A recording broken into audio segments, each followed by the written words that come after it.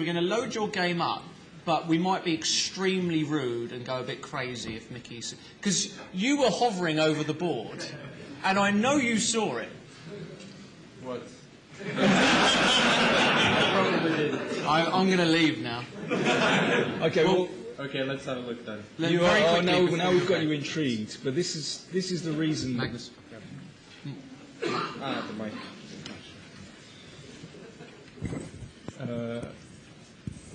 Get the other game. Yeah, wait a second. This is the reason we're getting quite excited, because they've made the time control, and Vichy played here. You mean Queen D1 wins? Bravo. Yes. Just Queen D1, it's not even... There is just no continuation for white. Absolutely nothing. No way to limp on. It's just the end. Yeah, bishop f1, bishop h3. Yeah, exactly. Everything bishop h3. Bishop b6. Yeah. Bishop b6, rook a1 with them. Yeah, exactly. So this is... after 5 minutes, we thought, oh, well, he's just checking the details. After 10 minutes, now I'm getting nervous. Why is he still thinking? That's funny. I mean, I thought he was going to take on c4 without thinking. So. But I didn't check it. Yeah. I mean, I didn't calculate it for long. See, we saw you hovering over the board, and we thought, oh, you've seen it. I mean, I wasn't really... you weren't concentrating on it? No, I wasn't looking for it either, so... Yeah. Should we... let's crack on with your... I'm sure, I mean, if Mickey is thinking, then he's at least considering it. Yeah, and if he considers it, he'll play it. Yeah. Well, that's our theory. But he's been considering it for too long now. Yeah. Because the variations are not very deep. Anyway. Well, I mean, but I think you sit for 10 minutes and wonder if Anand actually blundered, and then maybe 5 minutes to calculate. So. Exactly. So your game was all right then. It was another smooth performance. Very smooth. Yeah. Well, it was probably my best game so far. Yeah. I mean, there weren't many other candidates, to be honest, because most of the other games were really messy. So. Talk us through it then, Magnus, and the critical points as well, because... So I thought, well, it's a more or less normal hedgehog position, but I think in general white is a little bit better. But, okay, but actually it's not really a normal hedgehog, because black has wasted a lot of time. Yes, but I also put my pieces on some funny squares. It's playing. Queen D1 play. Oh, wow. This is... Have we got? Can we see Vichy's face? We can't. Unfortunately, we don't have the webcam for Vichy, but poor Vichy. Yeah, for those watching online, Queen D1 has been played. I'll be quick, and then I'm sure Vichy will still be thinking in 10 minutes or so. Yeah. No, please. Well, he's played it now, so. Okay. Carry on. Okay, so. Well, I wasn't sure about f4. It's always a bit committal, but I felt that the position is sufficiently under control. I was also considering some setups with knight f3 and then bishop d3. It felt more safe just to restrict the knight and avoid all sorts of d5 ideas. G6 felt like a bit of an odd move to me. I don't know, maybe she's intending to go e5 at some point and then f5, f5, or f5, but that doesn't seem very likely. I mean, G6 does look really ugly, but what do you do with that knight on f8? It's disgusting. Yes. I was actually wondering if she was going to go g5. Oh, okay. Well, that makes sense of the knight. It might be very bad after something like e5, but at least it's complicated. While in the game, I have a pretty safe advantage just by pushing e5. Bishop c6 was a bit of a surprise to me. I mean, if she goes something like bishop f3, takes, queen c7, just to be a little bit helpful, then knight e4. It's just almost hopeless. No, not sorry, knight e4. Knight e5. But let's say if queen b7, then knight. knight. Knight e4. That's horrible for Yeah, mostly because of this knight. If it was on any other square, then G7, for example, Yeah. which is surprisingly enough quite a normal square for the black knight in the hedgehog. Okay, so bishop d4, rook d8. I suppose he doesn't really have any other useful moves, and probably neither do I. So I decided to take. So I thought she might go rook c8 here. And then because then knight e4, d5, and this rook is hanging, so I probably need to take.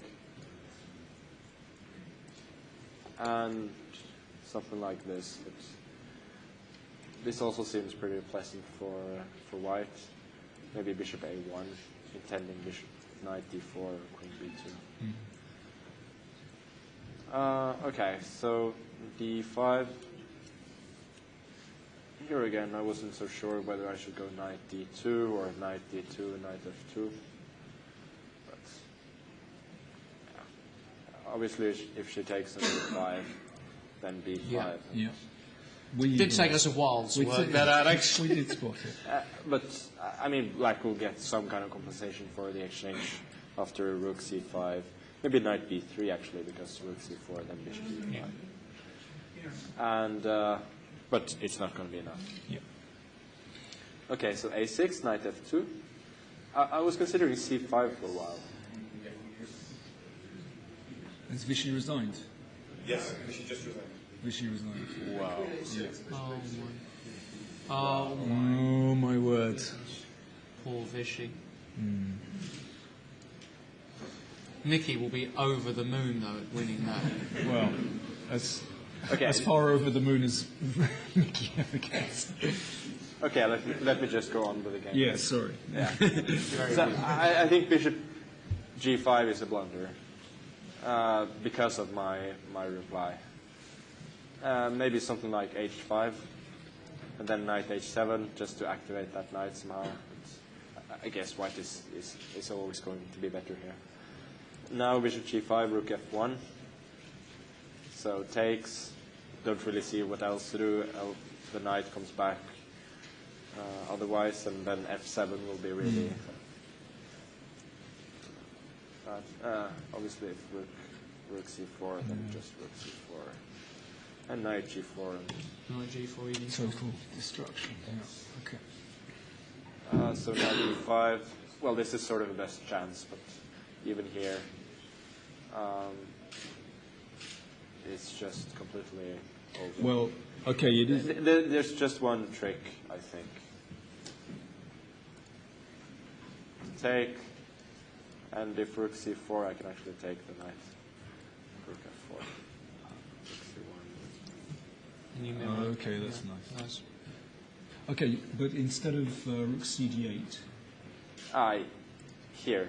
yeah, so she should play go, the rook back. Yes, Yeah. definitely. I'm not saying it's good.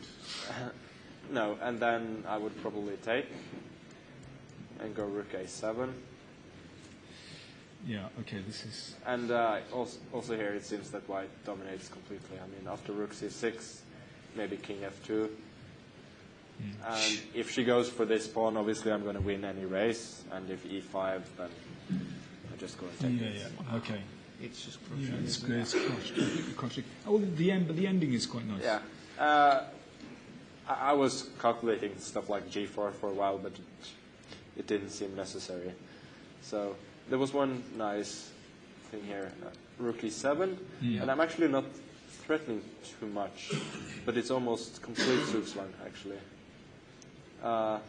Because, yeah, I mean, if the rook moves, then knight h6, also e5, then knight h6, h5, knight h6. h5, knight h6, so the only move is h6, and then a4. Wow.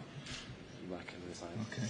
That's And nice. also king g8, rook d7, obviously. We didn't actually catch the end of the game, so can we? Yeah. Can we just go rook through to the end? h5, king f3.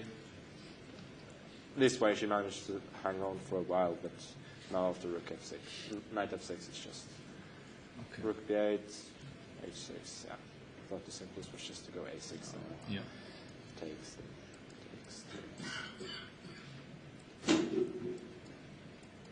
And rook d6. Very nice. And mate. Yeah. Yes. Okay. Excellent. So she resigned after a6. Okay, so you have, hang on, how many games left? 2 games left. Yes. So you have yet to play Vichy and also Hikaru. Yeah. Yeah. So how are you feeling? Quite confident probably after that. Well, I thought before the tournament that I'd probably need 16 points to win, like last year. And it appears as though I'm going to manage that. So, Well, you have already. Yes. So you have already. but I think Vlad, especially if he wins today, he's still very much in the running. So nothing is decided yet. And even Mickey can still win, especially since he has a game in hand, and also because he found Queen D1. Good stuff. Magnus, just before you go, obviously, since we're all here, as you know, the foundation of this tournament is the Chess in Schools and Communities initiative and project. Can you just very quickly tell the crowd about your experience with chess in schools? Obviously, we know, well, maybe you can briefly explain how it became a part of your life, and obviously how it then helps students. Well, I wasn't really part of a chess in school program myself as a kid, but recently I've done a few things in the U.S., for example, where I attended a chess camp for kids in New York, which was really great because I think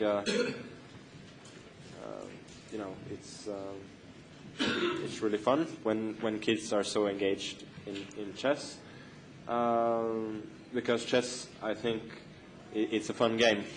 At some point, for some reason, it stops being cool for someone. But in general, it's a fun game, and you learn a lot from it. So that's why I try to encourage people to play chess, especially kids, and that's part of the reason why I play myself still. But there is the help, isn't there, of the students, and it teaches you valuable lessons. With the studies, it helps you concentrate, plan, strategize. I mean, I can pretty much vouch for all of these things, that other people say about this. Sure. I mean, I agree with everything. So. Okay. So I think it's great, and I think with chess in schools and communities, it's especially also for disadvantaged children, it's a great opportunity to learn. So. Good stuff. Superb. Well, remember, guys, you can donate. Everybody, please do. Even Magnus, I'm sure, will be donating. I'm hoping he's going to be donating his prize fund to a few drinks as well. That is to be seen. But certainly, at the top of the screen, remember, click on the banner, PayPal, text, whatever it is. Please donate at least £1 from everybody, and we would be able to bring, let's get this right, officially, who is going to be the most highest rated player of all time, widely regarded the best chess player of all time, back to London. So by your donation of just a very small amount, we can bring him back and see this amazing chess. But for now, thank you very much, Magnus. Okay, thank you. Okay.